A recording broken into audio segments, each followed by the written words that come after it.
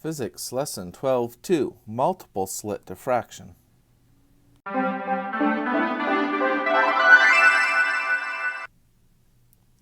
So multiple slits would be an arrangement of many closely spaced slits.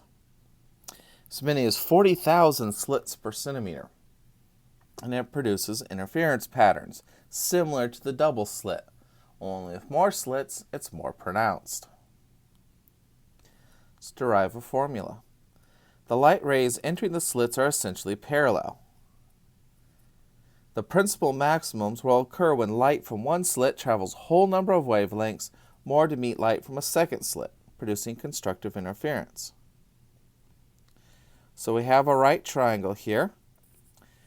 The wavelength, whole number of wavelengths, would be the opposite side, and the distance between the slits would be the hypotenuse. So we know sine over angle is the opposite over the hypotenuse. Well, our opposite could be any number of wavelengths, so we'll multiply by m. So that's where the principal maximums occur. A laser which produces 650 nanometer light shines through a diffraction grating. An interference pattern is produced on a screen 50 centimeters away. The distance on the screen between the second order maxima, so m equals 2, and the center is 13.5 centimeters. What is the slit separation? All right, so down here is going to be your laser and your slits, or the grating, the diffraction grating. Over here is your screen. This is m equals 0 and m equals 2. And it's 50 centimeters away. Since we know everything here, we could use tangent to find our angle. So we could say tangent of our angle is the opposite. So here's our angle. It's the opposite over the adjacent. They're both in centimeters. Make sure those units are the same so that they can cancel out. And then we could use inverse tangent to find the angle, which is about 15.11 degrees. Now that we know that, we could find our slit separation using sine of our angle is m wavelength over d. The angle is 15.11, m is 2, our wavelength is 650 nanometers, that's times 10 to the negative 9 meters, over d. Put this over 1 and cross multiply.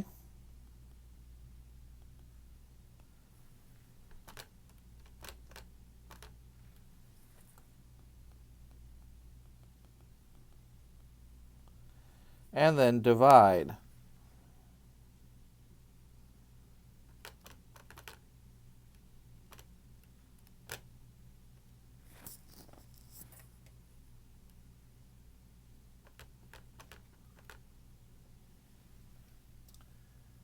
And I get 4.99 times 10 to the negative 6 meters, or 4.99 micrometers.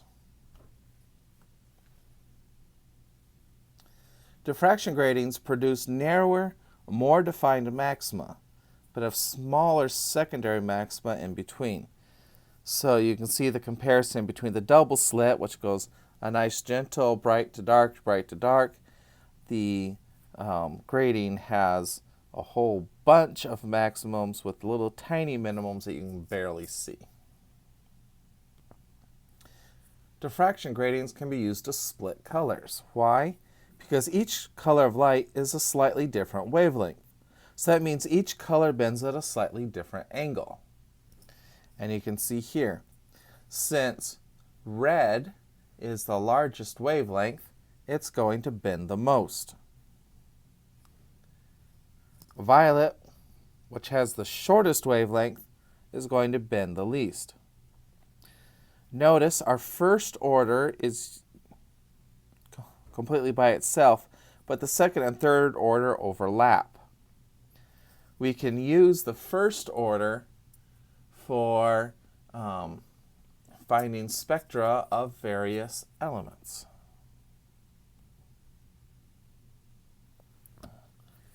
So one way of finding out what stars are made of is using their spectra.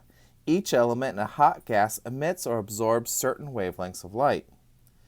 By using a diffraction grating in the telescope, the light can be split and the wavelengths measured. For example, here's a neon and a hydrogen spectrum. The neon is an emission spectrum. That's actually all those little bright stripes are the only colors that neon emits. That's why it has that certain neon orange color. Hydrogen, this is an absorption spectrum. So it'll absorb those black lines, or if it's hot, it'll emit only the black lines and not the rest of the spectrum, not the rest of the colors. So by comparing what you get from the light, you can look and determine which elements are in the stars.